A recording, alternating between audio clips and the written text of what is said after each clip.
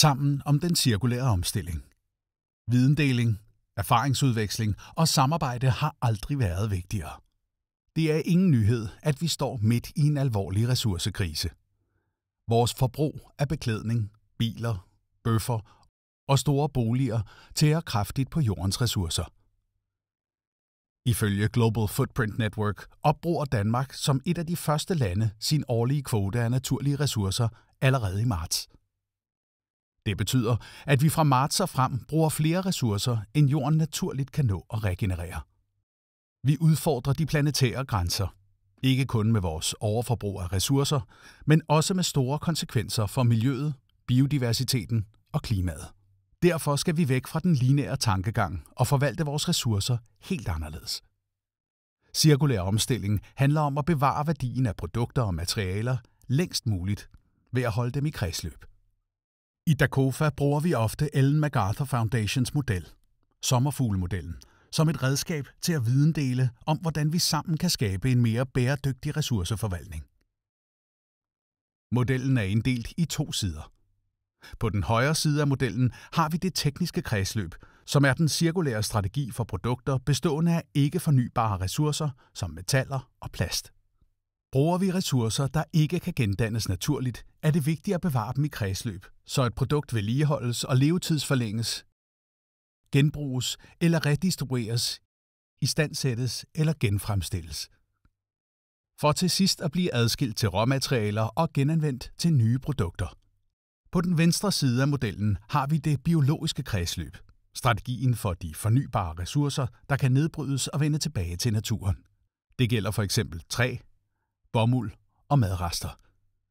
Fordi biologiske ressourcer ikke kan genanvendes uendeligt i et lukket kredsløb, skal de indgå i en såkaldt kaskadeanvendelse, hvor et materiale, der ikke længere kan bruges til det oprindelige formål, erstatter jomfruelige ressourcer i andre værdikæder.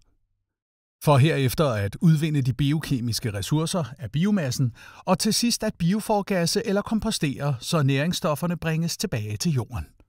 Det er vigtigt, at vi sikrer en regenerering af jorden, så der kan dyrkes eller høstes på ny.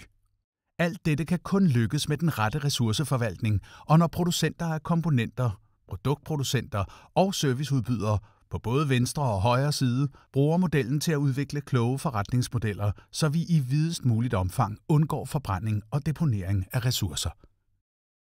For at skabe en cirkulær fremtid er det afgørende, at vi ændrer vores tilgang til forbrug og produktion. Det kræver, at vi sænker forbruget af ressourcer som det allervigtigste. Herefter nedsætter forbrugshastigheden. Væk med køb og smid væk-kulturen. Designer cirkulære produkter, der kan adskilles, repareres og recirkuleres. Udvikler cirkulære forretningsmodeller, hvor vi i højere grad lejer, deler eller køber services frem for nye produkter. Og sidst men ikke mindst, regenererer økosystemerne til gavn for fremtidige generationer. Cirkulær omstilling er kompleks. Heldigvis er rigtig mange aktører i Danmark allerede i fuld gang med at udvikle nye løsninger og designe fremtidens forretningsmodeller. Skal vi være foregangsland, skal vi dog have endnu mere fart på. I Dacofa har vi opbygget et stærkt fællesskab af kommunale selskaber, myndigheder, organisationer, vidensaktører og private virksomheder, så vi sammen kan accelerere den cirkulære omstilling i et apolitisk forum med netværk, nyheder, events, samarbejde, kurser og videndeling. Dacofa er medlemsfinansieret, demokratisk i struktur og apolitisk af natur. Dacofa er dit kompetencecenter for cirkulær omstilling. Er din organisation ikke allerede medlem, så meld jer ind i dag og vær med til at finde fremtidens løsninger. Sammen om den cirkulære omstilling.